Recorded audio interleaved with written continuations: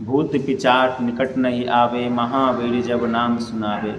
दोस्तों ये जो कहानी है मध्य प्रदेश का एक लड़का का है, जो उसका कुल श्रापित था। उसके कुल में जो जो पूर्वज थे वो थोड़ा एक आदमी का हत्या कर दिए थे, उसी का है। तो क्या हुआ था कि जैसे कि उसके पिताजी, उसके बाबा परदादा जिम्मेदार थे, तो जिम्मेदार थे तो वो पैसा ब्याज पे लगाते थे। तो पैसा ब्याज पे लगाते तो एक आदमी को वो पैसा दिए और बहुत दिन हो गया वो अपने बेटे को, किसान था वो, बहुत दिन हो गया किसान था, वो अपने बेटे को पढ़ने के लिए भेजा था बाज़ार, और बाज़ार पे भेजा तो वो पूरा पैसा क्या हुआ, पूरा पैसा चुका नहीं पाने के कारण क्या हुआ कि जितना भी पैसा दिया था उतना पैसा दे नहीं पाया। तो वो जिम्मेदार जो था वो क्या किया, उसका खेत अपने नाम करवा लिया, खेत मतलब हड़प लिया। बोला कि तुम जब तक पैसा नहीं दोगे तब तक तुम्हारा खेत हम पे मेरा कब्जा रहेगा। इस तरह चलता रहा। तो फिर वो किसान कुछ पैसा दिया मगर उससे बात नहीं बना। बोला कि जितना तुम पैसा दिया उसमें तुम्हारा बात नहीं, क्योंकि तुम्हारा ब्याज ही इतना हो गया। अब धीरे धीरे क्या हुआ कि उसके बेटा को पता चला, बेटा फिर आया, बेटा भी समझाया तो बोला कि नहीं, तुम पैसा जब तक नहीं दोगे तब तक तुमको हम खेत नहीं देंगे।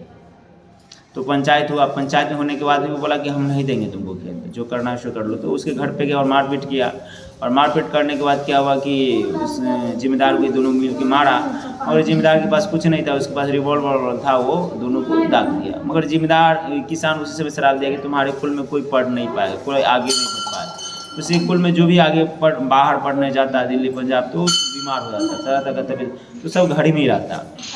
मगर क्या हुआ 10-15 साल के बाद ना एक लड़का उसके घर में जन्म लिया। वो बोला कि जो होगा सो देखा जाएगा, हम जाएंगे पढ़ने। वो गया पढ़ने, 15-20 दिन एडमिशन वगैरह सब चीज़ सही से हुआ। 15-20 दिन के बाद उसका तबीयत अचानक ख़राब होने लगा। दवा उवा खाया तो फिर भी ठीक नहीं हो रहा था। तरह तरह का सपना था, काली परछाई दिखाई दे, रात में डरावना सपना आ रहा था।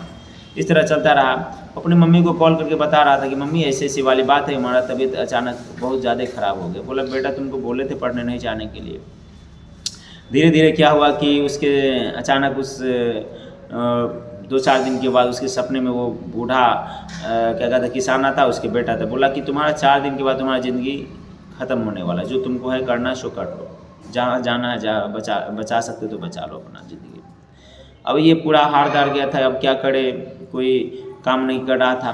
तो ये एक मंदिर उसी के पास है, मंदिर गया, वहाँ पर रो रहा था। तो एक पुजारी जी आया, बोला क्या हुआ बेटा, तुम क्यों रो रहे हो? बोला कि ऐसी वाली बात है, एक किसान मेरे पीछे पड़ा हुआ है, वो जो मतलब कि बहुत दिन पहले हमारे पूर्वज से पैसा लिया था, नहीं दे पाया था, दोनों में झड़प हुआ, वो मारा गया।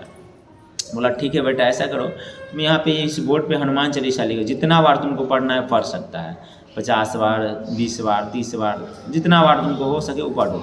तो जितना बार हो सके वो पढ़ा, और 4 दिन तुम्हारे पास बचा हो, 4 दिन आके यहाँ पे हनुमान चालीसा पढ़ना है। पहला दिन आया, दूसरा दिन, तीसरा, चौथा, 4 दिन जैसे हनुमान चालीसा पढ़ा। वो पढ़ने के बाद वो गया घर पे, सो गया। घर पे रात में तो नींद नहीं आ रहा था, सो रहा था, मगर अचानक दोपहर 3 बजे तक नींद आया। नींद आने तक क्या हुआ कि सुबह जब उठा तो देखता है कि उसी घर पे, उसकी छत पे बहुत आदमी भी मतलब देख रहा है उसी घर के इधर ही। देखने के बाद देखा अरे मेरे घर की इधर सब क्यों देख रहा है। तब देखा तो अरे ऊपर देखा तो बंदर का एक झुंड, मतलब पूरा झुंड बना हुआ था।